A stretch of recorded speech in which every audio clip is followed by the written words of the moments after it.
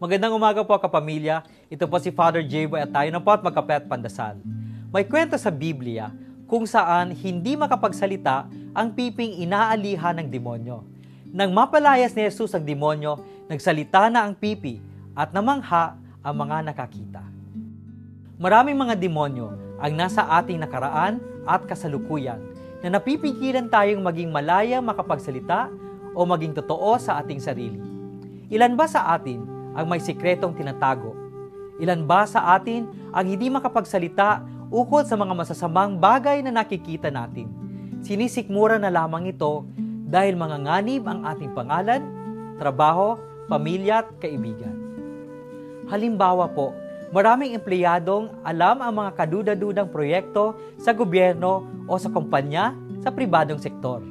At dahil dinadala natin ito sa habang panahon, laging binabantayan natin ang ating sarili.